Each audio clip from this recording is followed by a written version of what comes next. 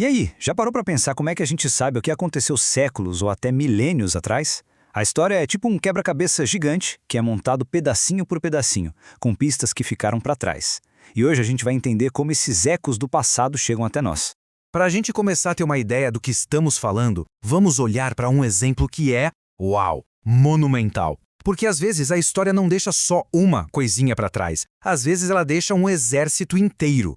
Imagina a cena. Em 1974, uns agricultores lá na China estão cavando um poço e de repente dão de cara com uma coisa surreal.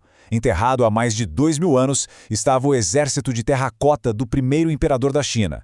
Uma maravilha arqueológica achada praticamente intacta, guardando o túmulo do líder deles. E a escala disso é simplesmente impressionante. São mais de 8.000 estátuas. E não são só guerreiros, não. Tem cavalos, carruagens, armas. Mas o mais inacreditável de tudo é que não tem duas estátuas iguais. Cada uma tem um rosto, uma expressão, um detalhe único. Ok, um exército silencioso desses é uma pista e tanto, né? Mas, e aí? Como é que a gente transforma um objeto, por mais incrível que ele seja, em conhecimento de fato? Como a gente decifra a história que ele está querendo contar? É exatamente aqui que entra o trabalho de investigação. Para entender objetos como esse exército de terracota, é preciso um tipo bem específico de trabalho de detetive. Um que olha diretamente para o passado. Pensa assim, o historiador é como um detetive. O trabalho é analisar os vestígios que foram deixados para trás, ir juntando as peças do quebra-cabeça e assim contar a história de um jeito que faça sentido. Cada fonte é uma pista essencial nesse mistério. Então, o ponto-chave é esse. Todas essas pistas têm um nome técnico, que é fontes históricas. Basicamente, é qualquer vestígio que ajuda o historiador a entender o que realmente aconteceu no passado. Pode ser algo deixado de propósito ou até sem querer. E essas pistas, essas fontes, não são todas iguais, claro. Elas são divididas em 4 grandes categorias. Vamos ver rapidinho como essa organização funciona. Primeiro, tem as fontes escritas, que talvez sejam as mais óbvias, tipo diários, documentos, cartas. Depois, as fontes visuais, que vão desde pinturas em cavernas até fotos e filmes.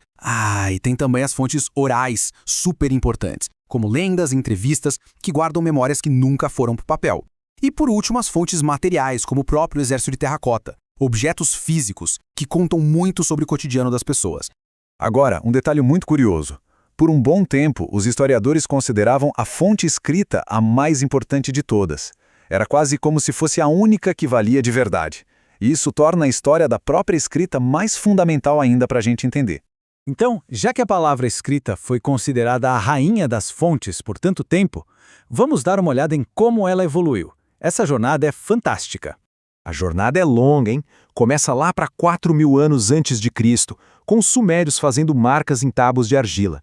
Um pouco depois, os egípcios criaram os famosos hieróglifos, um código que ficou sem solução por milênios e só foi decifrado em 1822.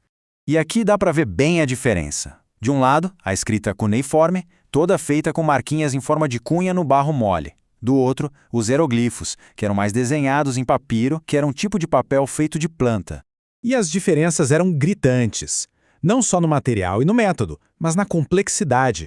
A escrita cuneiforme tinha mais de 2.000 sinais. Pensa nisso comparado com o nosso alfabeto de 26 letras. Já os hieróglifos egípcios usavam centenas de símbolos. É outro universo.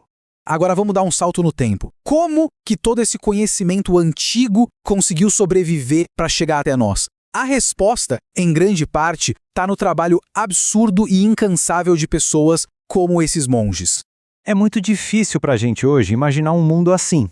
Sem poder imprimir, sem Ctrl+C, Ctrl+V, sem digitalizar nada. Preservar o conhecimento era uma tarefa 100% manual, lenta e que exigia um cuidado extremo. Era isso. Cada palavra, cada página de cada livro tinha que ser copiada à mão. Geralmente em pergaminho, que era feito de pele de animal. Era um ato de dedicação que muitas vezes levava uma vida inteira para terminar um único livro. E o que foi que eles salvaram para a gente? Basicamente, tudo!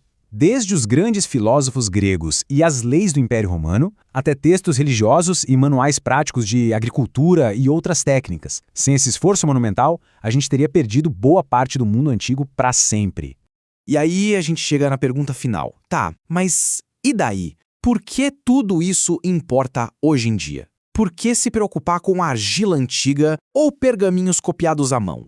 Porque a nossa visão do passado, tudo que a gente sabe, é construída só com base naquilo que sobreviveu.